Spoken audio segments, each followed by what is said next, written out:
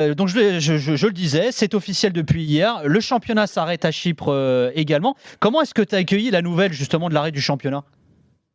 Bah, ici, c'est l'incompréhension parce que il y a pas énormément de cas. Le gouvernement avait donné son autorisation pour recommencer. Donc, tout le monde s'attendait à reprendre. On s'est entraîné par groupe de 4 cette semaine.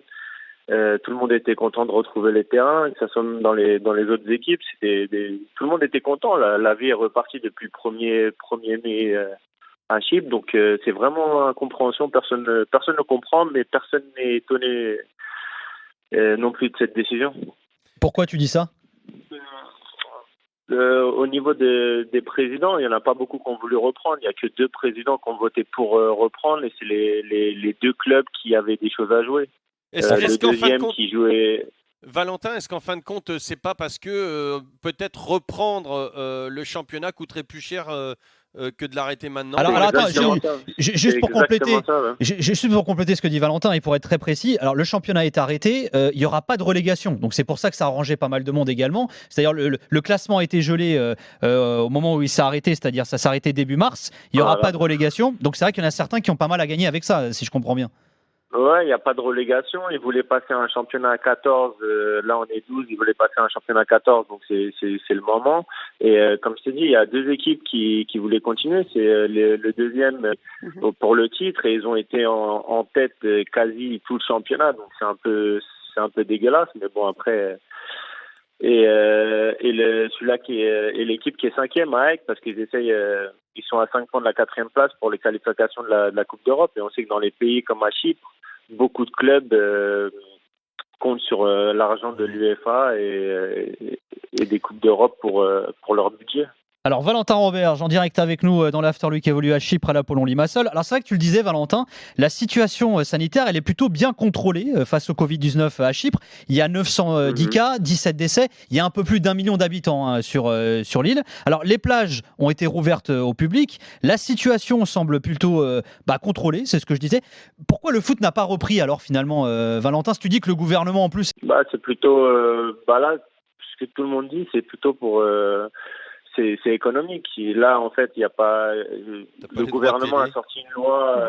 Le droit télé, le directeur des droits de télé, cette semaine a dit que si le championnat repartait, il payait tout. Les sponsors payaient tout. Sauf qu'il y a beaucoup plus à gagner en ne payant pas les salaires qu'en recommençant, en reprenant le championnat. Là, par exemple, on va pas être payé mi-mars, avril et mai. On a des contrats de 10 mois. Donc là, on touche plus rien jusqu'à l'année prochaine. Ça veut dire que tu es libre, juridiquement? Non, on n'est pas libre. Si tu n'es pas payé 3 mois.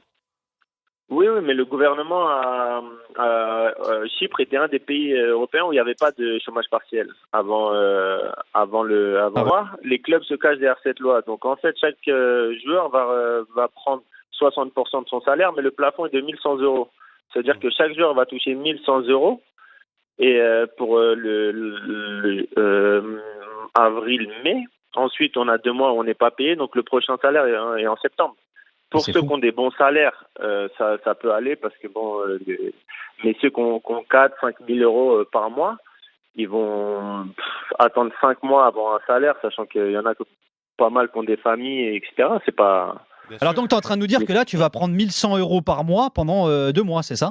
C'est ça, j'ai déjà pris, j'ai pris 1 100 euros le mois dernier, là, on va prendre 1 100 euros, et en fait, là, les équipes, ils font un peu au cas par cas individuel, donc ils rencontrent les joueurs individuellement, ceux qui veulent garder, ils veulent, et ceux qui veulent pas garder, ils vont leur proposer rien du tout, et après, c'est débrouille-toi, va te plaindre à qui tu peux.